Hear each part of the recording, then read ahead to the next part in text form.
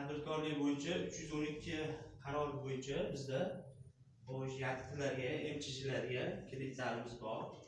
Guvohnoma olib turib, o'zingiz bank guvohnoma olingan bo'lsa, hisob raqam ochilmagan bo'lsa, misol 1 yil bo'lgan bo'lsa, bizda hisob raqam ochib turib, bemalol kredit olsangiz bo'laveradi. Foizi xo'sh 5 yilgacha beriladi muddati.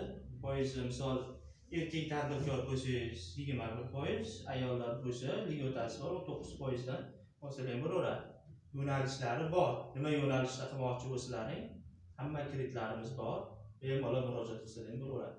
Naqd chiqadimi yo? Naqd faqat pul o'tkazish yo'li bilan perechistenda beriladi. O'sha ishni qilmoqchi bo'lsangiz, tadbirkorga o'tkazib beriladi hisob raqamiga. Shu bo'yicha olsangiz bo'laveradi.